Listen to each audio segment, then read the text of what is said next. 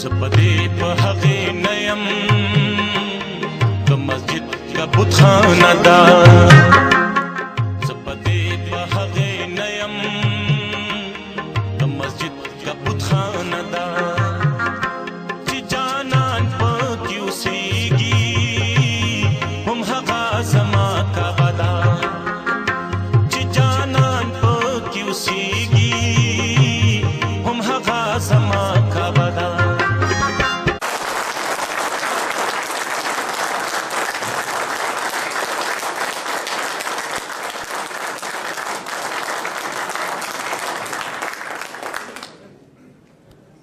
ګرانو ملګرو، موږ د دې ننني پروګرام لپاره خصوصي شکریه ادا کوو د محترم جاوید خان لالا، د سید الله کوزه بانډا، عابد بابو صاحب، عبدالصمد امیر صاحب او محمد اسلم خان صاحب چې هغوی زموږ سره مالي او بدني ټولې هلې ځلې په دې پروګرام کې کړي دي او ما ضروري ګڼله چې د هغوی یادګیرنه وکړم. د حال په کړکېدلو سوراړه کې مزدوري، د حال په کړکېدلو سوراړو کې مزدوري، لمدون خطو جامو سره خولو کې مزدوري او زرینه د عرب په بادونکي ریګستان کې، زرینه د عرب په ریګستون کې، زرینه د عرب په بادونکي ریګستان کې والله چې ډېره ګرانه ده غرمو کې مزدوري. محترم زرین پریشان صاحب چې هغوی د دې ننني پروګرام د هغې په وجه موږ دلته راغونډ شوي یو، هغوی ته خواست کومه چې راشي او تاسو سره خپلې خبرې شریکې کړي. ښاغلی محمد زرین پریشان صاحب.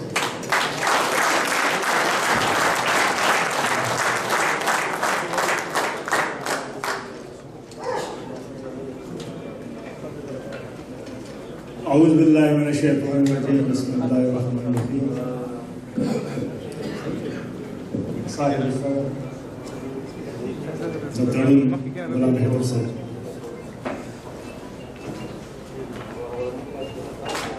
مہمان خصوصی جناب خیام اکبر صاحب کو دل کے گہرائیوں کے ساتھ اپنی طرف سے عربستان پختو ادبی ترنم اور یہاں پر موجود تمام پاکستانیوں کی طرف سے اس محفل میں شرکت کرنے پر خوش آمدید کہتا ہوں کہ انہوں نے ہمارے اس محفل کو اور ہمیں عزت بخشی، اس عزت افزائی اور حوصلہ افزائی کا بہت بہت شکریہ. اس کے ساتھ میں جناب عباسی سرور قریشی صاحب کو بھی خوش آمدید کہتا ہوں.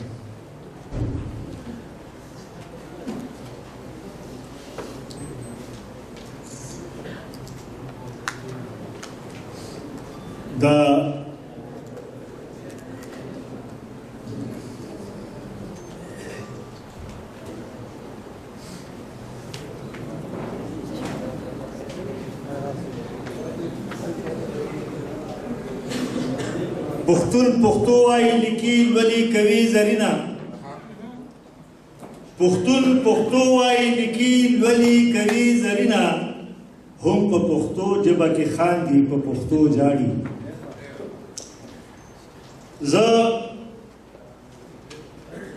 د ټولو نه مخکې د پښتو ادبي دریاب دولت خیر صاحب، پښتو ادبي غورځنګ مساخر صاحب، اجمل خټک ادبي مشال میا جمال یوسفزئی صاحب، پښتو ادبي رڼا ماته غواړم. د دوبۍ نه راغلی زمونږ کانفرنس ملګری فضل غفار صاحب، د MP مشر چې ډېرې روانې خبرې وکړي او ټیک خبرې وکړي، ځکه چې موږ په دې خبرو باندې ما ورته غوږ کې ویلو چې نه به کوې خو بیا یې وکړو. زه خپل سرپرستیالات او هرکلی ویم سعید صاحب ته،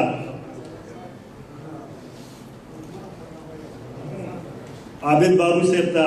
اسلم صاحب ته، امان الله خان ماما صاحب ته کاکی جان صاحب ته جمیل خان ته او زمون ډېر ګران په ما ډېر ګران سید صاحب زبانډې ته هرکلی ویم او د دوی ډېره مهرباني ډېره شکریه دوی چې کوم کومک کومې منډې تړلې ما سره په دې کتاب چاپ کولو کې او بیا په دې پروګرام کې دا ستړي کړي دي زه د دوی ډېر ممنون یم ډېر مشکور یم او په دې محفل کې تاسو ټول راغلي پښتنو ستاسو ډېر ممنون یم چې تاسو خپل په دې ګران وخت کې په دې مزدورۍ ملک کې خپل قیمتي وخت نه څه وخت خپلې مورنۍ ژبې له پښتو له ورکړ او زمونږ دې محفل ته ښکلا تاسو وبخله او راغلئ ستاسو د ټولو ډېره ډېره مهرباني ډېره ډېره مننه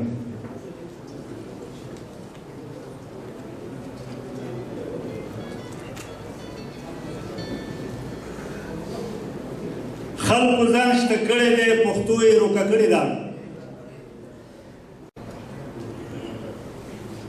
پروګرام اوږدېږي دې پسې لږه ونه مشاعره ده مشر مېلمه به خبرې کوي او بیا ټنګ ټکور پروګرام دی چې ډېر کسان راغلي ما خو ډېر څه لیکلي وو خو وخت کم دی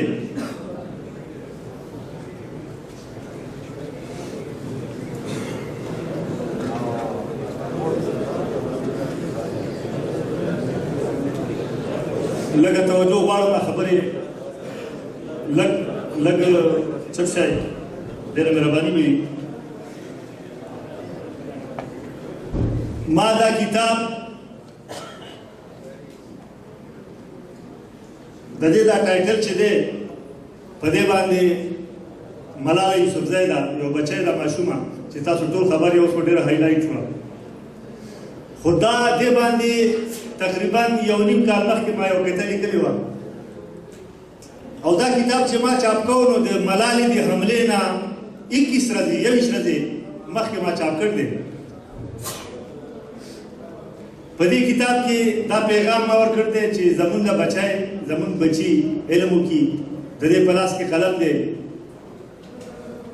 او کتاب یې په لاس کې دی ورسره شنه ده چې دا د سپرلي علامه ده او شاته اور لګېدل دی لکه څنګه چې زمان د مشرانو ګلزمین یا شلماني صاحب وویل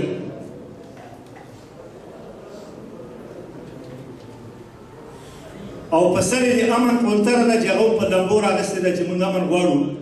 خدای دې وکړي چې زموږ په دې وطن کې امن راشي او انشاءالله راضي به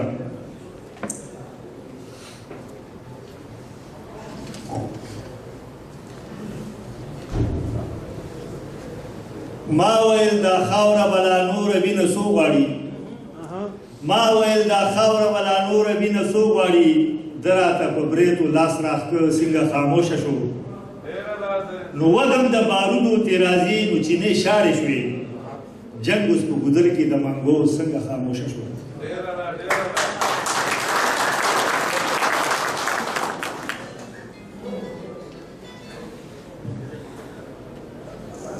او دا دې ټایټل دا کومه وړه چې دا دې سره ما کتاب په دې کتاب کې را پوره نظم خو دا چاپ کړی شوی نه دی پوره نظم صرف کتاب چاپ شوی ده زه هغه پوره نظم لوبلې تاسو ته وایم ما ویل نشته د میوند هغه ملاله جینۍ ما ویل نشته د میوند هغه ملاله جینۍ د جنگ سنگر کې دا د ننګ ټپه بیا چا وکړله یو هغه ملاله چې په میوند کې هغه ډېره مشهوره ده او مصرې چې کړې وې پښتنو دپاره هغه د هغې هغه دغه جذبې پالولې یو هغه ملاله وه او د هغې ملالو مې تاریخ اپنے آپ کو دہراتی ہے نو تاریخ خپله غزان بیا واپس کړ ما ویل نشته د میوند هغه ملاله جینۍ د جنګ سنګر کې دا د ننګ ټپه بیا چا وکړله هغې وې دا یې ما قلم په لاس بسته په غاړه د ملکن په سر د امن ټپه ما وکړه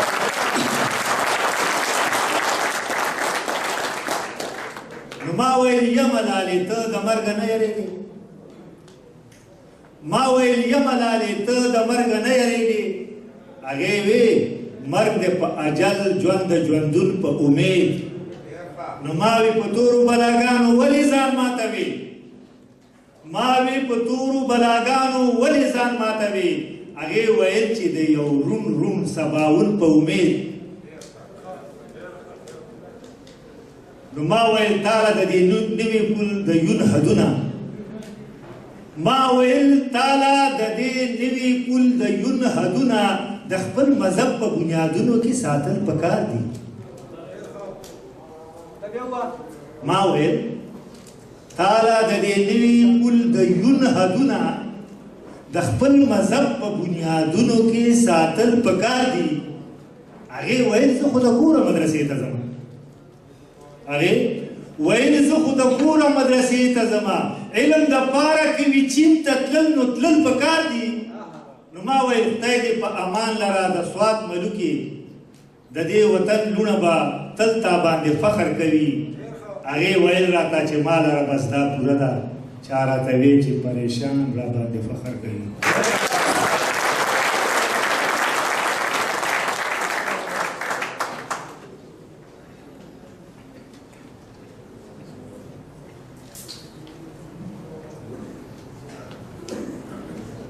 زه شلماني صاحب ته په دې محفل راتګ کړی ویم او په دې محفل کې چونکې دا ادبي محفل دی زمونږ او زما ډېر خوږ ملګري بلکې زما یار د ایم پي صدر ګلزمین خان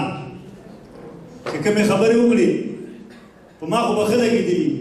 زما په ملګرو به هم ښه لګېدلي خو کېدای شي که چا زړه خوږ شوي زه معافي غواړم خو یو خبره ده چې پښتانه خو موږ ټول یو هغه چې هر څوک دی که هغه جوماتی دی که په پښتونخوا کې دی پښتو ویلو پښتون دی که هغه جمعیت علماء اسلام کې دی نو زموږ ملا دی زموږ امام دی پښتون دی که وطن پارټي والے دي شرپاو صاحب دي نو پښتانه دي په دغه ځای کې په پښتونخوا کې څوک چې اوسي او پښتو وایي هغه پښتانه دي او موږ ټول پکار دي چې موږ په خپل پښتو ژبه باندې خپل ثقافت باندې خپل په دود باندې خپل په دستور باندې خپل په قام باندې خپل په تاریخ باندې خپل په ادب باندې فخر وکړو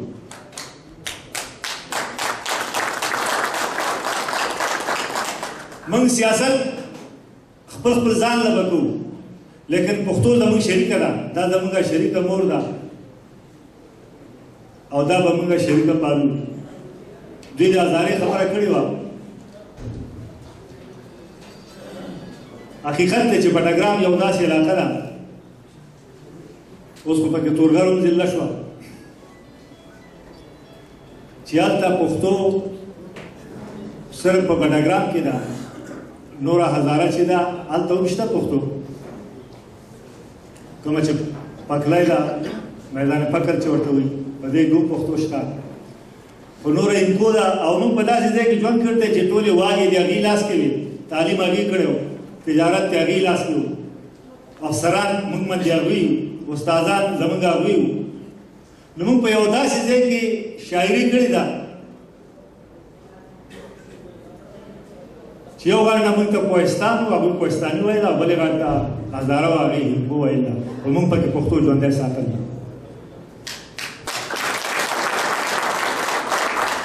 نو ځکه دا زما دې خطې دومره مشروطیه کړې ده چې د بټګرام شډل پښتانه د هزارې په ژرند د ابدل پښتانه دا خو زمونږ شاعري وګڼي زرینه مونږ ته چا ویل پښتانه او دا حقیقت دی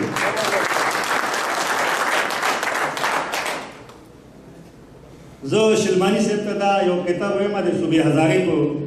په ضد کې من ننګیالي د بټګرام او د تور غر پښتانه من ننګیالي د بټګرام او د تور غر پښتانه د اباسین د پښتونخوا د سر لښکر پښتانه د اباسین مو ډویژن غواړو ان شاء الله وشي د اباسین د پښتونخوا د سر لښکر پښتانه او موږ د هیچا توسی پوسی باندې نه تیروزو موږ د هیچا توسی پوسی باندې نه تیروزو زرینا موږ یو اول او هم آخر پښتانه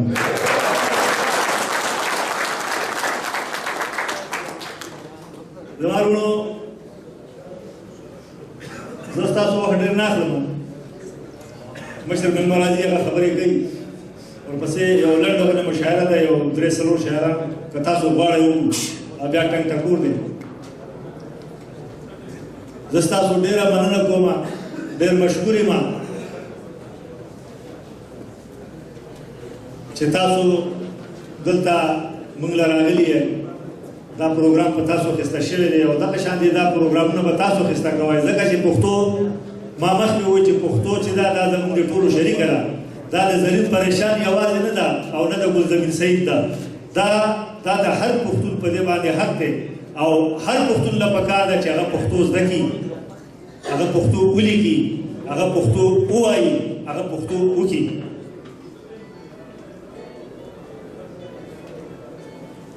زه د ټولو ملګرو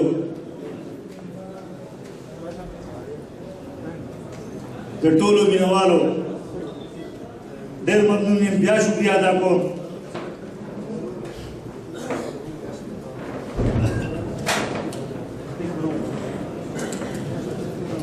او په دې قطعې باندې ځکه چې دا کتاب هم په دغه سوچ باندې چاپ شوی دی کوم چې نن سبا زموږ په وطن کې کوم جنګ زموږ د غاړې شوی دی زموږ بچي وژل کېږي زموږ میندې خویندې کونډېږي زموږ ځوانان زموږ لیډران زموږ څوک نه پاتې کېږي او کوڅه کوڅه په وینو باندې سره ده دا عمره مرګونه په جنګونو کې نه کېږي لکه نن سبا چې په پښتونخوا کې د بمونو په چاودنو کې کېږي یا په حملو کې کېږي په دې